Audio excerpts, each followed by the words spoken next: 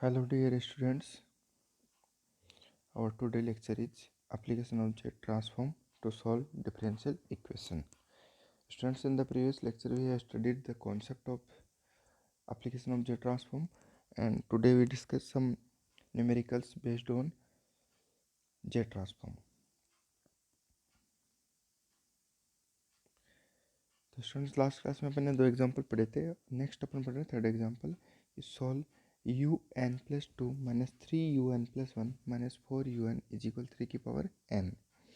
सबसे पहला काम क्या करना होता है, जब भी ये डिफरेंशियल इक्वेशन दी हुई हो अपने को, तो दोनों तरफ क्या करना चाहिए, जेड ट्रांसफॉर्म होना चाहिए.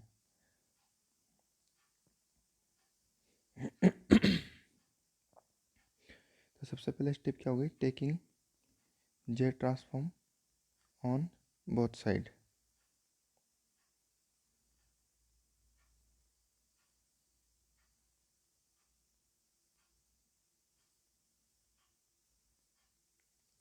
Taking Z transform on both sides of the difference equation, we have Z of u1+2 कर देंगे, -3 इसके भी Z ट्रांसफॉर्म लगा देंगे यहाँ पर भी और यहाँ पर भी. तो सबके हमने क्या कर दिया, देखो Z ट्रांसफॉर्म अप्लाई कर दिया.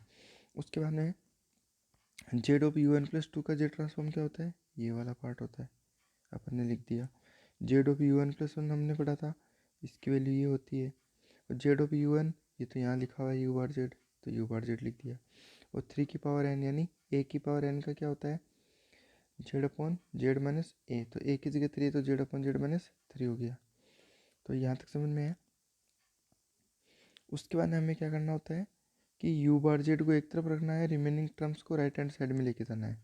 तो सेम वही प्रोसेस करेंगे हम कि देखो सेपरेट कर दिया इन टर्म्स को.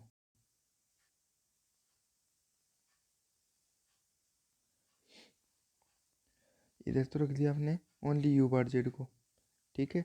और रिमेनिंग जो टर्म्स थे उन सबको क्या ले गए, राइट हैंड साइड में ले गए. फिर हमने क्या किया कि इधर जो पार्ट पड़ा है z² -3z-4, इसके भी फ्रैक्शन करे तो क्या बने, z-4 और z+1 कर दिए. फैक्टर्स हो गए इसके. और राइट हैंड साइड को एक बार एज इट इज रखा. फिर हमने क्या किया कि लेफ्ट हैंड साइड में ओनली क्या रखना था अपने को, u बार z को. तो u बार z रखा, तो ये वाला जो पार्ट है इसको हमने क्या कर दिया, सब में डिवाइड कर दिया राइट हैंड साइड में. तो ये देखो इस तरीके से हमने क्या किया, सब में डिवाइड कर दिया. दूसरी चीज़ हमने स्टूडेंट्स क्या किया यहाँ पे कि यहाँ पर देखो आपको नजर आ रहा है एक जेड, देखो यहाँ पर भी जेड आ रहा है, ये जेड आ रहा है और ये जेड आ रहा है, तीनों में जेड आ रहा है. तो जेड को हमने कॉमन ले लिया और इसके नीचे डिवाइड कर दिया. तो ये फॉर्मूला बन गया आपका u बार जेड अपन जेड हो गया. राइट हैंड साइड में क्या आ गया, ये वाला पार्ट जो हमने डिवाइड किया था इसके नीचे. तो कुछ इस तरीके से दिखेगा अपने को, ये तीनों टर्म्स अपने पास में आ जाएंगी, ठीक है. उसके बाद में resolving into partial fraction we have, यानी इसको हम क्या करें, पार्शियल फ्रैक्शन में सॉल्व कर रहे हैं. तो ये चीज़ आपको स्टूडेंट्स लास्ट क्लास में बताई थी कि पार्शियल फ्रैक्शन कैसे करते हैं. अपन सेकंड सेमेस्टर से पढ़ते आ रहे हैं ये चीज़ कि पार्शियल फ्रैक्शन कैसे होता है. जैसे यहाँ पर अपने को 3 फैक्टर दिख रहे हैं, तो इन तीनों को अपन क्या लिख सकते हैं, a upon this plus b upon this plus c upon this. Similarly यहाँ पर क्या हमने स्टूडेंट्स इसको क्या लिख सकते हैं, 2 फैक्टर दिख रहे हैं तो इसको लिख दिया a upon this plus b upon this. यहाँ पर भी 2 फैक्टर दिख रहे हैं, इसको भी लिख दिया a और b. फिर हमने क्या किया, इसका सोल्व किया. सोल्व करने की प्रोसेस आपको स्टूडेंट्स बताई हुई है. करना क्या होता है इसमें, देखो अगर हमें मान लो a की वैल्यू निकालनी है, तो a के नीचे वाले पार्ट को क्या करते हैं, इक्वल टू 0. तो अगर आप z-3 इक्वल टू 0 करोगे तो z की वैल्यू कितनी आ गई अपने पास में, 3. ये z की वैल्यू 3 रखनी कहाँ होती है, इसमें रखनी होती है. इसमें भी कहाँ पर, इस z-3 को छोड़ दो, जिसको हम इक्वल टू 0 बनाते हैं उस पार्ट को छुपा दो, रिमेनिंग पार्ट में क्या रख दो, z=3 रख दो. तो देखो आपको क्या दिखेगा, यहाँ 3 रखोगे तो 3+1 4 बन जाएगा, यहाँ 3 रखोगे तो माइनस बनाएगा, तो माइनस का 1/4. तो ये आ रहा है माइनस का 1/4, देखो मैंने लिख दिया. बस सेम प्रोसेस से आपको सारे डेटा निकालने हैं, सारे डेटा निकालने जो ये प्रोसेस अप्लाई किए, इसी प्रोसेस से सारे डेटा अपने को निकालने हैं.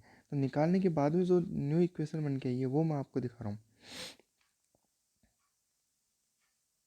देखो ये आ गई, सभी की वैल्यू निकाल दी मैंने, ए बी सी, यहाँ ए और बी आ गया, यहाँ ए और बी आ गया.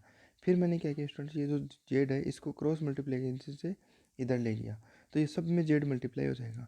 तो कुछ इस तरीके से दिखेगा आपको. और ये सारी चीज़ें हम कर क्यों रहे हैं ऐसा, हम स्टूडेंट्स ऐसा इसलिए कर रहे हैं क्योंकि अपने पास में एक स्टैंडर्ड फॉर्मूला जो है जेड ट्रांसफॉर्म का, उसमें बनाने की कोशिश की जा रही है इनको, ठीक है। और ये चीज़ अपने को पता ही है कि Z upon Z minus three किसका है, जेड अपॉन जेड माइनस ए का होता है। ए क्या होता है, ए की पावर एन होता है।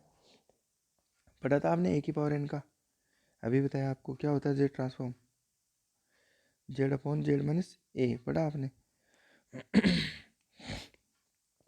तो अगर आपको कहीं Z upon Z minus A दिख जाए सीधा, तो आप क्या लिख सकते हो, उसका इन्वर्स ए की पावर एन लिख सकते हो। तो वही चीज़ हम कर रहे हैं यहाँ पे। देखो Z upon Z minus three दिख रहा है, इसको सीधा इन्वर्स किया है तो क्या लिख दिया, थ्री की पावर एन। यहाँ Z upon Z minus four दिख रहा है तो इसको क्या लिख दिया, फोर की पावर एन।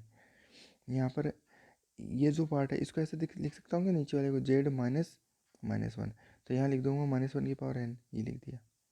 आ रहा समझ में। यहाँ पर ये सीधा लिख दिया फोर की पावर एन। इस तरीके से सभी को लिख दिया हमने। ये देखो इसको क्या लिख दिया, माइनस वन की पावर एन, इसको लिख दिया हमने फोर की पावर एन, और इसे लिख दिया माइनस वन की पावर एन। इस तरीके से हमने पूरे का क्या कर दिया, इन्वर्स कर दिया, ठीक है। इन्वर्स करने के बाद में थोड़ा सा और कंबाइन कर दो।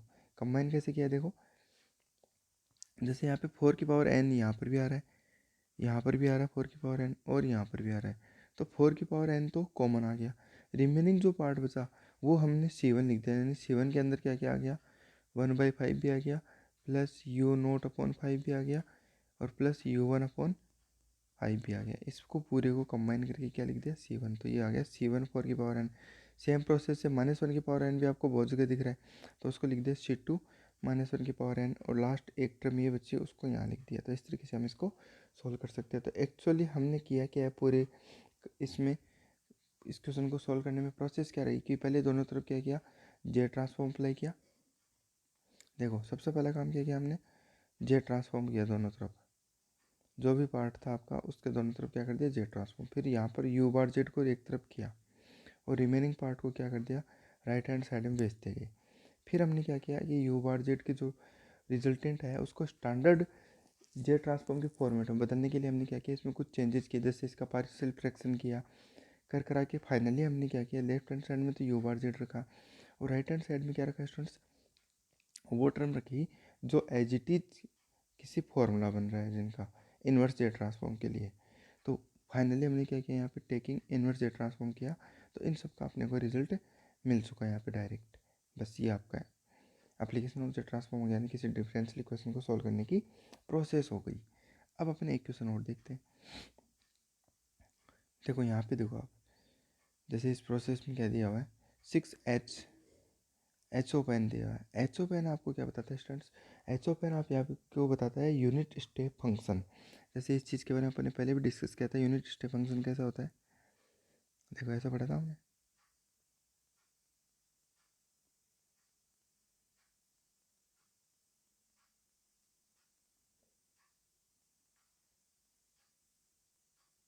ये इसको बोलते हैं यूनिट स्टेप फंक्शन। तो यहाँ पर ये एच ओ पेन ये तो हो गया एच ओ एन, और एन इक्वल कितना आ रहा है, यहाँ वन आ रहा है, ठीक है। और एन, ये एन हो गया इधर, कितना हो सकता है, जीरो से लेके इन्फिनिटी तक हो सकता है। तो ये स्टूडेंट्स आपका एच ओ पेन होता है, यानी यूनिट स्टेप फंक्शन। तो ये कहाँ से कहाँ डिफाइन हो रहा है, ये चीज़ आपको नज़र आ रही है, ये जीरो से इन्फिनिटी तक हो रहा है, और वैल्यू क्या आ रही है, फिक्स आ रही है, वन आ रही है, ठीक है। तो हम ये कह सकते हैं कि एच ओ एन जो है वो एक्चुअल में है क्या, सिंपल वन ही तो है, सिंपल वन ही है, लेकिन वो कहाँ से कहाँ तक है, zero to infinity, zero to infinity. और इसके अलावा क्या है, जीरो ही अदर, यानी n is less than zero होते ही क्या है, वैल्यू इसकी जीरो है, और ग्रेटर देन जीरो से लेकर इन्फिनिटी तक की वैल्यू क्या होती है, वन होती है। तो ये आपका क्या हो गया, यूनिट स्टेप फंक्शन हो गया। और यूनिट स्टेप फंक्शन अगर ये हो गया है स्टूडेंट्स, तो इसका जेड ट्रांसफॉर्म क्या होगा, आप लिखोगे जेड ऑफ एच एन, ऐसे लिखोगे।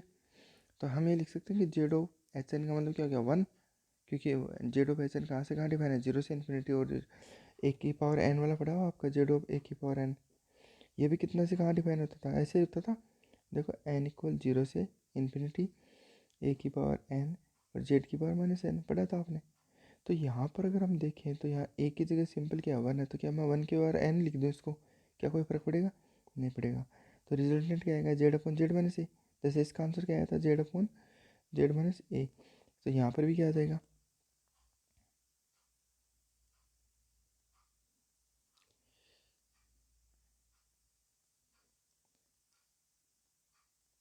यहाँ पर अपने पास क्या वैल्यू आएगी उसकी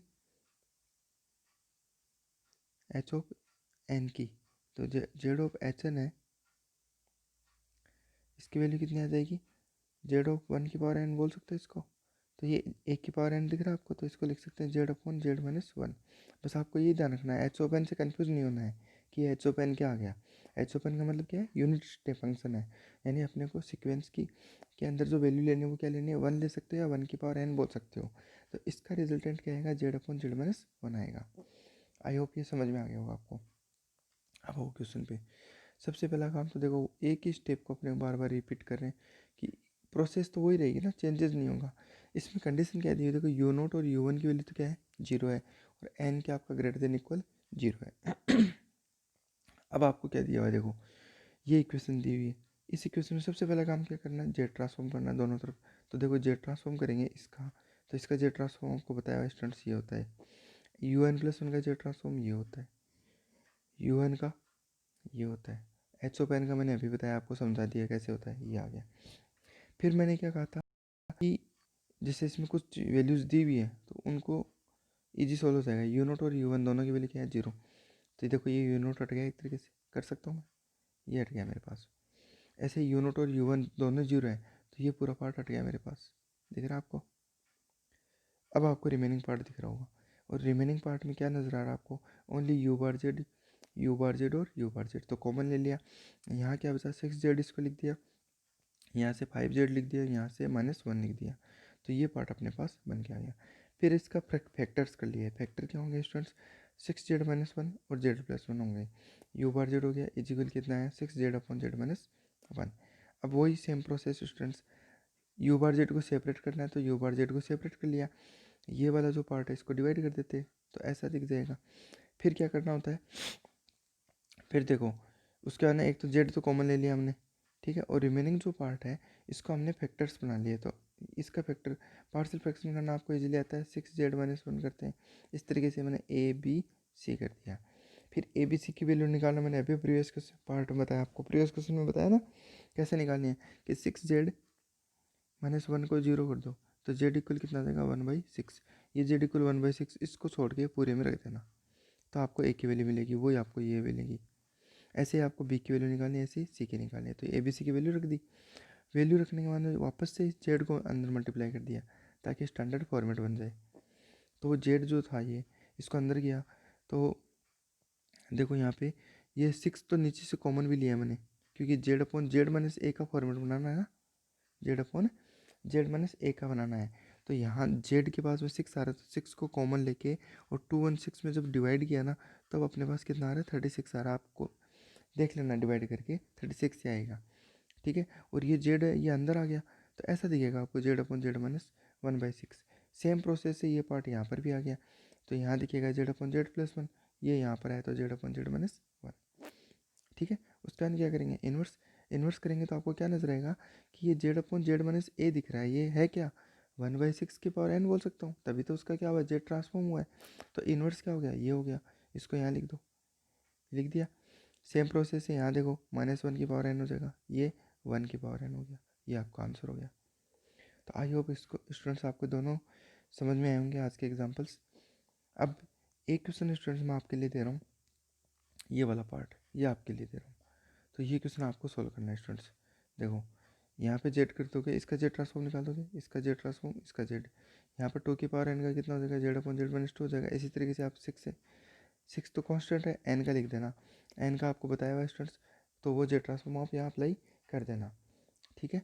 करने के बाद में क्या करना है स्टूडेंट्स आपको यू बार जेड को सेपरेट करना है, प्रोसेस बता रहा हूँ आपको, यू बार जेड को सेपरेट करना है, रिमेनिंग टर्म्स को राइट हैंड साइड में लेके जाना है और उनको स्टैंडर्ड फॉर्मेट बनाना है। स्टैंडर्ड फॉर्मेट का मतलब हो गया जैसे यहाँ मान लो फैक्टर्स बनाने पड़ेंगे इसके, ये फैक्टर्स को डिवाइड करना, फिर उसका पार्शियल फ्रैक्शन कर देना, जो दो दो क्वेश्चन में, ऊपर वाले दो क्वेश्चनों में जो फॉर्मेट यूज़ किया है सेम फॉर्मेट आपको इसमें यूज़ करके इसको सॉल्व करना है। तो आप सभी इस क्वेश्चन को सॉल्व करना और मेरे को सबमिट करना। Okay, thank you students.